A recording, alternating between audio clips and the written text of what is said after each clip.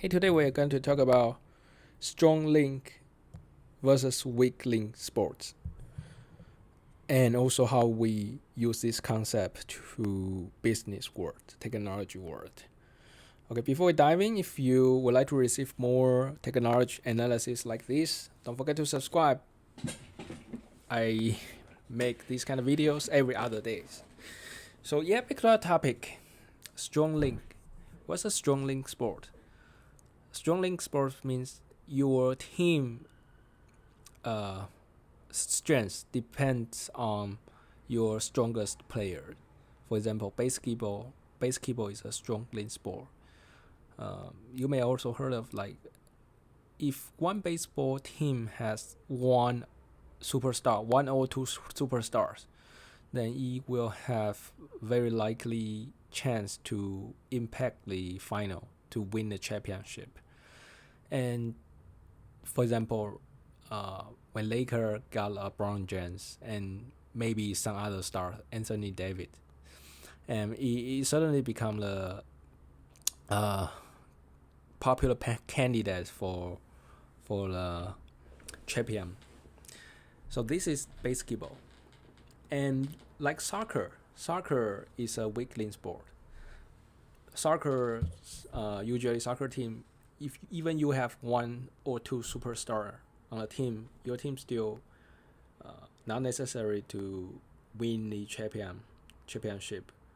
And the weak link sport means the strength of your team is your weakest player on a team. Means no matter how many superstar you have, as long as you have one person who is very weak on a team, then your team will not be strong.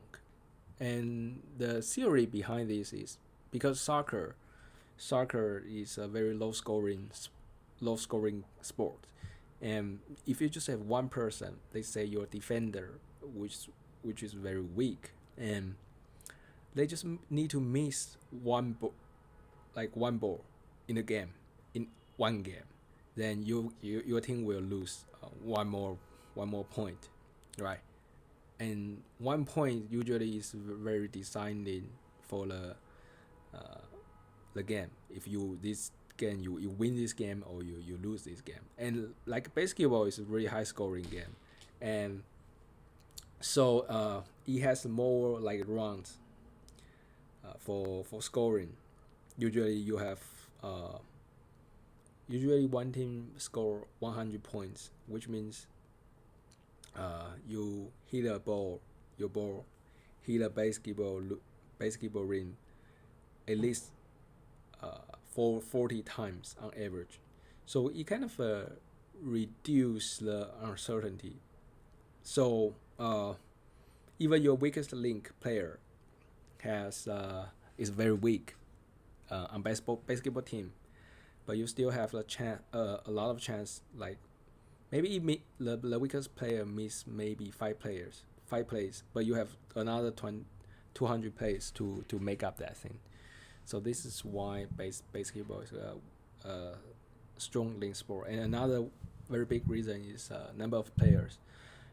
In the basketball, you only have one players to play at once, and in soccer you have um, 11 players to play. If I'm not wrong, I think yeah, 11 player or 10 players to play at once. So this is a huge difference, and this just got me thinking, uh, why is the baseball? Hmm, which spectrum is baseball belong to? Actually, I strongly think baseball is not it's not a weak link sport because even you have one very weak player, they say third base, your third base is not very good at defense, not very good at offense, and still most player will not be able to really attack their position because it's just really hard to control where you hit the ball, right? But in the basketball or soccer, if you have one defender that's very weak, then people can try to go to their place. They say the left defender in the soccer, your team, then it's very weak. Then people can always go to they the area to attack. And in basketball, you just very hard to do that. But people can do that in basketball. So even basketball have that property, but still uh, falls into the strong link spectrum. So I do think baseball is has a property of strong link, but it's not entirely strong link because the number of player they have 9 players to play on the field at once, and also the good players cannot have more opportunity to play than other player because baseball is like turn based. Everyone will have a very similar number of chance, number of like play at bat one game, and like basketball and the soccer has a strong link property, which is the stronger player is he has more time to get a ball, and especially basketball, those superstar usually have a lot of time to control the ball. So yeah, I think this is the kind of property for sports. And my next question for you is, how does this apply to business? Is a startup this kind of they say a startup company is a strong link team, or it should be the weak link? I mean, which means your startup, your product will be decide the success of your product is decided by your strongest feature or the weakest feature. For example, if I make a software, a piece of software, let's say video editing software, is that people will be attracted by one feature that I do very well. Let's say the audio processing. I always can let you output the very high quality audio uh, video, which means video have very high quality audio. But I have a lot some features they suck.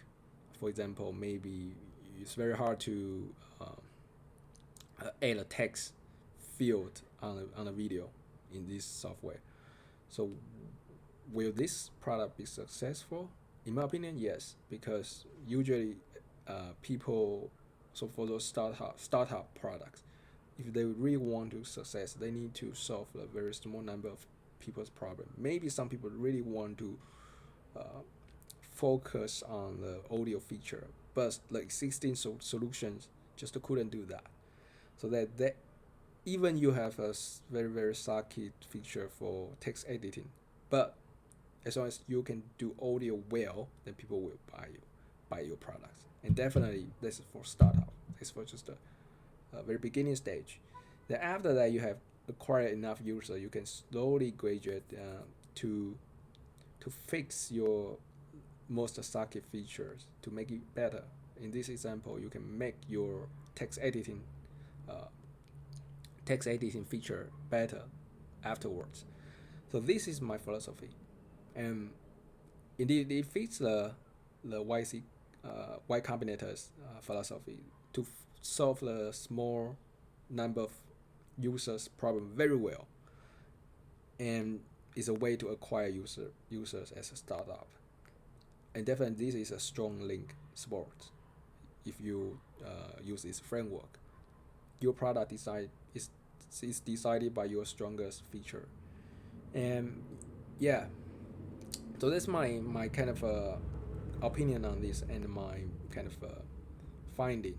And what do you think about this? If you really watch until this point, which I think not many people will do, leave your thoughts in the comment section below. I will definitely want to know and reply every single comment. And yeah, that's all for today. And if you would like to receive more videos like this, like technology analysis, business analysis, don't forget to subscribe. And other than that, take care. Until next time.